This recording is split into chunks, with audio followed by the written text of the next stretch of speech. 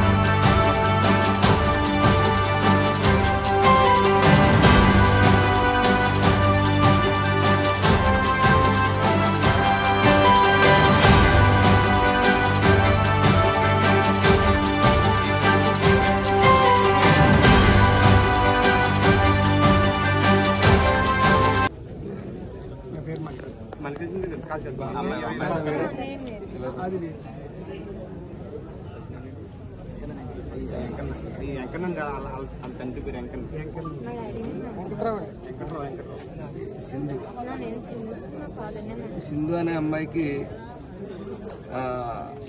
విద్యాదేవన్ కదా BTech third year విద్యాదేవన 26,000 రూపాయలు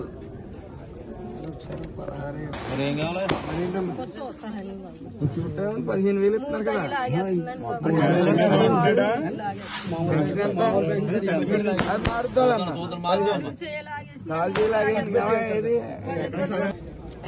ఈరోజు సింధు అనే అమ్మాయి బీటెక్ చదువుతూ సుమారు అమ్మాయికి విద్యా దీవెన తరపున 14,000 రూపాయలు రావాల్సింది రాలేకపోవడం వల్ల వాళ్ళ యాజమాన్యం, మరి ఈ యాజమాన్యం కాదు ప్రతి యాజమాన్యం కూడా ఈ యొక్క నిధి స్కాలర్షిప్ పడకపోవడంతో వాళ్ళని క్లాసుల నుంచి అవాయిడ్ చేస్తా ఉన్నారు. మరి మా నాయకులు నారా లోకేష్ గారు అన్ని యాజమాన్యాలకి చెప్పడం జరిగింది. ఏ విద్యార్థిని కూడా ఆపొద్దు, విద్యార్థుల్ని ఎవరిని కూడా కాలేజీకి కానీ స్కూళ్ళకి కానీ ఇతర ఎక్కడ కూడా ఆపడానికి వీలు లేదు. అందరినీ యథావిధిగా కొనసాగించండి.